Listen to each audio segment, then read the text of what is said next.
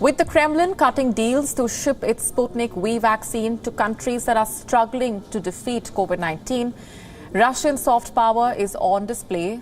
Yet the global outreach campaign is happening amid signs that the government is struggling to inoculate its own population at home. Our broadcast partner, Voice of America, gets you more. In the global battle against COVID-19, Russia's Sputnik V has emerged as a key choice among countries scrambling for access to life-saving vaccines. A glitzy social media campaign by its manufacturer backs the push. So today is a great victory. Victory not just for Russia, but for the whole world as we are fighting the pandemic, and we use this V sign to celebrate our victory. Sputnik V appears to have defied early skeptics.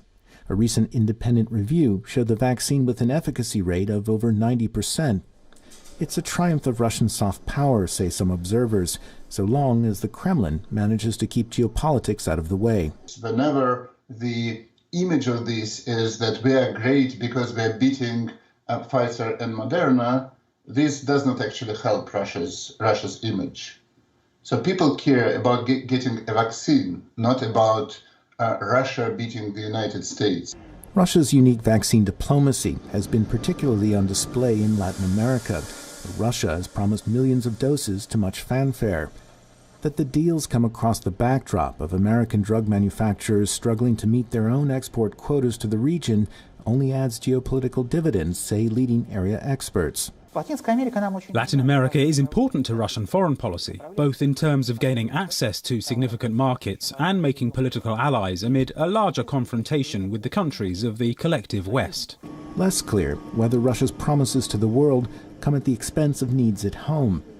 Vaccines are widely available in Moscow, but distribution to Russia's heartland presents a more complicated picture.